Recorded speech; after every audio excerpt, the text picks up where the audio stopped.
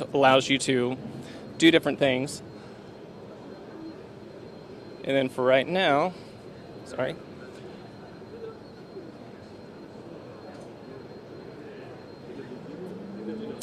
I don't know if that's really audible to y'all, but the whole point of what I just said is, hey, not only did I just start the generator, but put it up onto the governor, but we've already inserted a fault, if you will.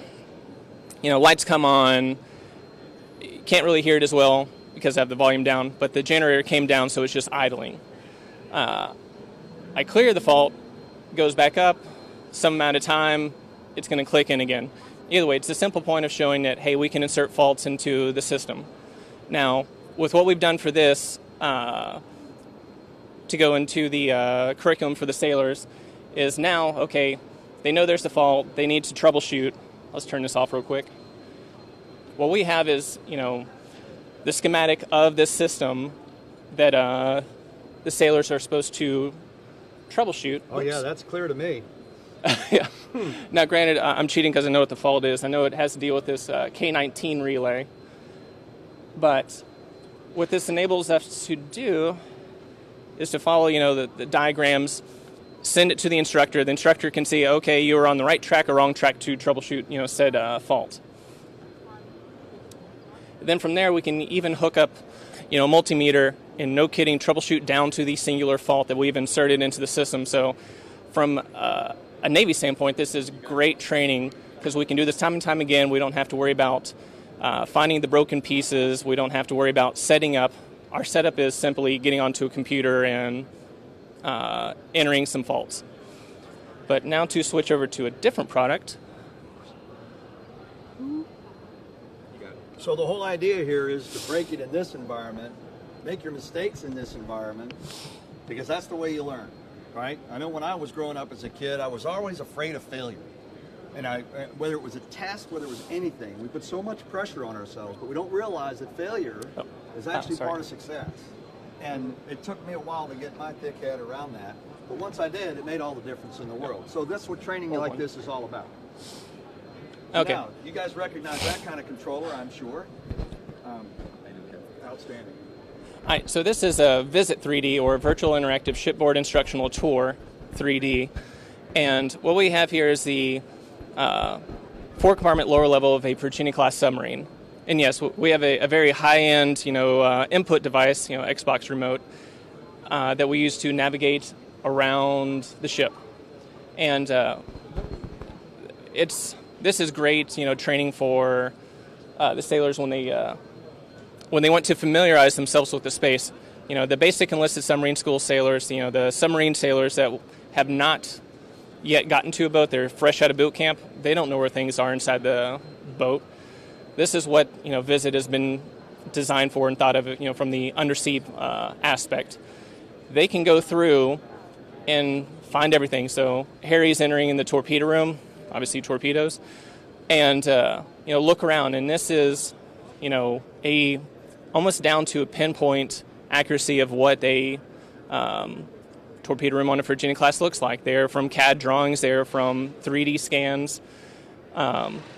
So this is just again a great way to bring the training to the sailors so they can familiarize themselves before they even get there. Because, I mean, if they know where things are ahead of time, they're that much more educated on what they need to do later on. Because being a sailor on a submarine, not easy. It's one of the most complex pieces of machinery that we have. So what Harry just started up is another product that we use, but is not ours. And this is a schematic of the diesel generator, which is on every submarine. This one happens to be a Caterpillar diesel. But again, this shows the sailors, mainly the auxiliary men, this is what, no kidding, the inside of a diesel generator looks like. You know, normally it looks like a piece of machinery with the skin on it. Well, with this application, you can strip all that back. It's like X-ray vision. Oh, yes. Yeah. It's like a CAT scan of the diesel. Right. So you can see what all the moving pieces look like. It definitely helps with the understanding of what's going on, because otherwise it just looks like a black box. That's awesome. That's awesome. So again, be able to make your mistakes out here. So Harry, real quick, as you're navigating around the submarine, so what was your background and how did you get into this kind of work? I was a submarine assistant navigator, and we have another training system called the SPAN, Submarine Piloting and Navigation Trainer, and I used to, and a couple other projects at NOC TSD. So you're a civil servant now? Or, yeah, sure am. So and a lot of people don't understand that you can go to work for the Navy in a lot of different ways, right? You don't always have to be wearing the cloth. There's a lot of great civilian opportunities and a lot of different jobs inside the Navy, Army, Marine Corps, and Air Force that people do coming out of school that allow them to contribute to the kinds of things that we're talking about today. So that's why I wanted to make sure that they heard your story. He did one thing, which was come out of the service, use that expertise that he got out of the Navy, and then come in and do that as a civilian and continue to serve. So thanks for your service. Oh, thank you. As well. Absolutely.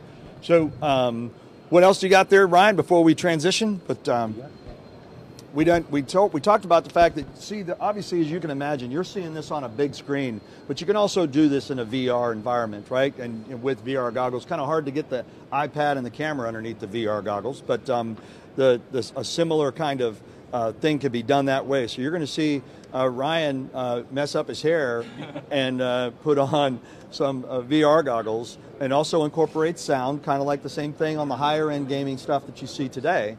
But again, when you looked at that thing that tore around the submarine, if you think about that, it looks a lot like, navigating even Minecraft or something like that, where you're kind of going through a lot of spaces and everything like that. But in this case, it's one, exactly like the submarine, and two, it has call-outs and pieces where you can go and look at them and see a little bit closer into them so that you can really figure out where you're going around the submarine and really understand all the technologies that are in there. So we're going to get the cameras positioned as best we can while he does his thing.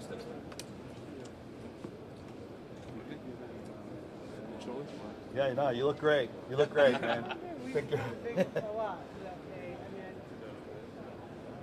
Alright, so this is a similar product from the last one. Instead of being a Visit 3D, this one's Visit VR, virtual reality.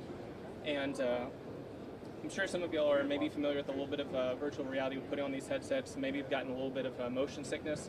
That's not as much of an issue with this one. I don't get it at all. And the main reason is everything's a one-for-one type action. For every foot or so I move this of what I believe is a foot, I'm seeing my remote move as a foot. And another thing too is to move around. I'm sure you can maybe see we don't necessarily walk because we're confined, based on the tether of these goggles. So to move around, we use the laser pointer, and that is how we navigate. But we're able to do something such as, pick up boxes. And for right now, this is more of an R&D type of activity or research and development. It is not a fielded product by any means. You want to see the inside of a torpedo tube. But it definitely immerses you into the submarine. I mean, for right now, I feel like I'm about to, have to squeeze real tight to move back here, but in reality, I can move around as much as I want. And, Well, and that's the thing. So, and when he talked about R&D and research and development, when you think about that, it's a bunch of people coming together, some of which understand the submarine, and then some of which understand the technology and all of those things that go into that, right? Whether it be, like we were talking about before, the artists that do this sort of stuff, the 3D models that go into some of these game engines and some of these things that are going to render this scene on the screen. So all of those disciplines need to come together to do that kind of research and development and make sure that this happens. So the number of educations that are required to make something like this happen, don't think it's just an engineer or it's just an artist or it's just a computer scientist. There's a lot of different disciplines that need to come into making this kind of thing happen, so it's actually going to be truly effective for the warfighter. Oh yeah, because the graphics artists and the engineers, for the most part, they've never been on a submarine, so things that might seem insignificant to them are hugely important to us. Right, exactly. But yeah, you definitely need a good melding of the subject matter experts, the engineers, the graphics artists to put something like this together, because it is not one of those fields alone will not be able to do it. Right. Well, Ryan, thanks a lot, man. We've got to get on to our next site. But any parting thoughts for the kids out there that are looking to figure things out? For figuring things out, I mean, you can still be trying to figure things out even at 40 years of age. That's an important thing. So don't feel that you have to make whatever choices you are thinking of in high school. Yes, they are important, but it is not the end all. You can enlist, you can go to college, you can do something else, figure out what you want to do, and then finally do it. But definitely do something you're going to enjoy, because you're going to be doing it for a long, long time. There you go. Thanks, Ryan. I Yes, appreciate sir. that. It's great to see you. Hey, nice Thanks meeting you. again. You bet. You ready, Amanda? Awesome. Let's rock and roll this way. And we're going to go and see a flight simulator now, which is my favorite, of course, because that's where I grew up as an F-18 pilot. So I grew up in Key West, Florida, in a trailer park. My parents did not go to college, but I really wanted to be an astronaut because I was actually there for Apollo 11 when it went off, because I'm that old. And so I got a dream at that point that I wanted to be an astronaut. And then I had to figure out, okay, what do you do that? So that's what led me to go and be an aerospace engineer. It's what led me to go be a pilot in the Navy and then be a test pilot in the Navy, which really is a combination of an engineer and a pilot. Okay, so you end up getting to use both of those things. So had a lot of fun in the Navy, spent 28 years there, and now I like to do this. I like to talk to folks that I know where I was at that stage of my life, and I really, really like to talk about the kinds of things that are available to kids as they come up and they see all of these different things. And sometimes it's really hard to make a decision because there's so many of those things out there. But at the end of the day, when you think about it, if you make a decision, you learn more from making that decision and doing that thing, whatever it is. It's like majors in college. I change mine, but the average changes theirs like 2 to 3 times when they're in college. So be patient with yourself and allow yourself to learn so that you can do that kind of thing. So we're going to go see Buddy Ferris simulation and okay, so true like are you, and we're going to go see my buddy Ferris here if he's here, so that he can have some fun and help you understand. So you can look across there. You got big simulators here, okay, and you've got other simulators here. And the idea is that we can do a lot of different things with simulation. Sometimes you don't need to be in a big dome. It kind of depends on what you're really trying to do. So we have simulators here that are big and small, okay? And this one here, my buddy Eric and call sign Ferris Bueller, for those of you that know Ferris Bueller, okay? So that's this is my buddy. So Ferris, how you doing, man? It's good to see you. Great to see you. You as well. And I know the light's a little dim in here, but Sure. That's okay. We'll get over it. But you've got, and this is going to be your mic, and I'll hold it up to you when you're in the Great. cockpit if that Sure. works. And what you got is students that are both live as well as this being recorded, okay? So the students in classrooms can kind of come back and view this a little later in their classroom. So a lot of STEM kids, a lot of the career technical education kind of groups and things like that, some of the robotics clubs, there's a lot of different schools that are out there that are kind of, doing this sort of thing and paying attention to this today, not only in Florida, but other states around the country. So, so a little bit about yourself and who you are and how you got to where you are. Yeah. And maybe when you were a kid and we were all knuckleheads and what, how you kind of came to do what you ended up doing. Yeah. You can hold the mic. Oh, great. Thanks. No, thanks for coming here, number one. Just glad to have you guys here, and I hope everything's going well at school today. Hope you showed up today. Attendance is important. It's one thing I learned late in life. No, so you're with us here at True Simulation and Training. We're running right in the back of us a T6. It's really a T6 Bravo, kind of configured as a T6 Charlie. My background, I've been in aviation really my entire adult life. As a kid, I dreamed of being a pilot, and somehow the Marine Corps let me be a pilot. And so I flew attack helicopters, and my last job, I was a wing commander for training, and I flew T6s. So even old guys can learn to fly, which is great. So what you see here today is we have a T6, and it's a kind of an attack variant, and it's set up to be linked with our V280 right next door, which is a tilt rotor technology that we're working on with our partners from Bell Helicopter. And in here on the other side, you'll probably see, if you can, this is a pure virtual technology piece. So what you see, these two are linked. So the V280 and this AT6 can fly missions together and simultaneously have someone either on the ground where we're going, or they can fly as a co-pilot virtually in the V280, or they can fly in my exact crew position as an AT6 pilot. Roger so that. It's a really neat setup, thanks to our really skilled engineers we have. So yeah, we've been talking about that. We were at NOC-TSD before this, and we were at Leidos before that for a driver trainer, forward observer trainer, and we've seen sort of the convolution of all of the disciplines that kind of have to come together to make this happen, right? So absolutely. So they haven't seen anything aviation yet. So all right.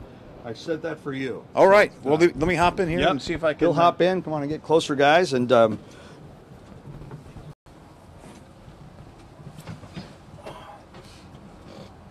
So this is one of those things where you can take an airplane that was originally designed for training, and because there's a lot of need for airplanes to do the attack roll and that sort of thing, what True Simulation has done and Textron has done is redevelop a new capability in this aircraft. All right, so this is great. So we've got it set up. This was originally built as a T6A Air Force, a primary trainer, and the Navy adopted this to the D6 Bravo. We see a full glass cockpit in here. And the Air Force now is looking to pull this. We're coming around here. We'll put a little power on. Built this into an attack variant. You can see down here I'm running a camera, a sensor, which is a forward-looking infrared. Has a bunch of targeting data in here. So we'll come around the corner here, see if we can find. Up here it tells me where my gear's up. Tells me what I'm doing. I'll adjust what I got on the sides here. It's got some 20 mic rounds. 20 millimeter. I can assess to some HE rockets. I can shoot Pavewave GBU-12, some laser guided, and shoot some JDAM. So I'll go to rockets, which are always fun for a couple. So these are all weapons. Some of them are rockets, some of them are bombs, and some of them are bullets that all play on this platform. Absolutely right. So you can see I'm adjusting the camera back here. You can zoom in, take a look, targeting camera, slow it where I want. All right, so what I'll do is I don't really have any real targets out here, but we'll just pop this up. Good quality, 40 degrees nose up. There's a V280 flying over there. Yeah, so you basically can fly off another airplane. So there's another airplane in the sky, and you can fly formation with them and all that kind of stuff.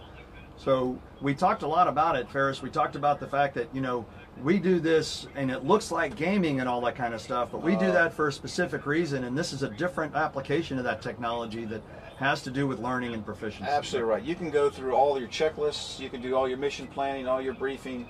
Go out and execute a full mission in the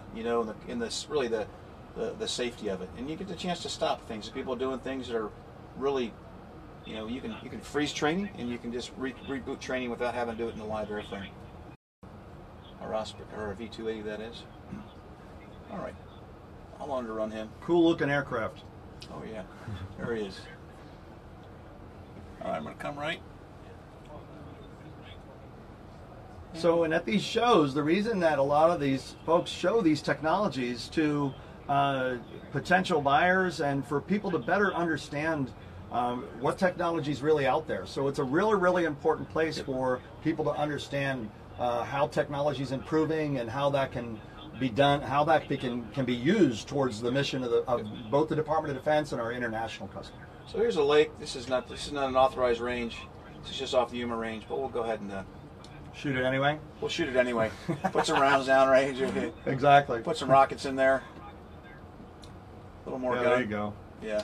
Excellent. A little power coming off. There you go. So now what I like to do, and I know Ferris does too because he was a Marine Corps helicopter pilot, was, fly like really low and feel like you're going really, really fast and all that stuff. Yeah. And you can get that sensation when you're in here, right? So you've got a great visual that you can kind of go and drive through this whole thing, and it's very realistic. And also what's great too is we can link. So if you imagine we had 4 or 5 of these or 6 of these, you could put, the 4 of you, a division of aircraft out there, you've briefed it, you've done your standard, your checklist, your taxi, your takeoff, you go ahead and you execute a really complex mission set. And so when you could do this in a carrier or an amphibious aircraft or at an air base somewhere or an army base if you're flying helicopters, you don't have to worry about the first time you see the target area is the first time. You've had a chance to fly it literally dozens of times. So in Xbox, they can link up and they can do all kinds of things and sort of interact and everything like that. Well, now for training, it's important that we do the same thing because we don't fight individually. We actually fight as a fighting force. We fight as a Navy and Marine Corps and Air Force and an entire joint team. So you've got to be able to be connected in order to be able to do that effectively and train like you're going to fight. Absolutely right. Doing a nice, easy power off split S. There you go. Going upside down is always fun. I recommend it highly. The as long as you don't spill your coffee, you're good to go. Yeah. So that's the amazing part about this this is a multi-purpose trainer. You can see we can set this up as you want to set it up as an F-18 or you set it up as an F-16. This is an AT-6. Really, any configuration you want. And so, which makes it pretty valuable. No doubt about it. Yeah. Well, thanks about Ferris. We appreciate that. I'm going to back out and let you close it out by talking to the kids here real quick. But as you can see, this kind of a simulator is, even though it is what we call a low footprint, where it's not like having to take up a whole room and all that kind of stuff, it is still very, very effective. And it allows you to put more of them in that room, and it allows you to do more training with more people, okay, including connecting them and having them work as a team. Because it's always, and he and I say the same thing, one team, one fight. I mean, we're all in this together, okay? So he and I were in the same family of service, but he was a Marine, I was a Navy guy, both aviators. All right, so any final shots? No, listen, I just say thanks for coming by today. Really appreciate it, and get a chance to tell the story. Anytime we can tell the story of aviation, generation. Anyone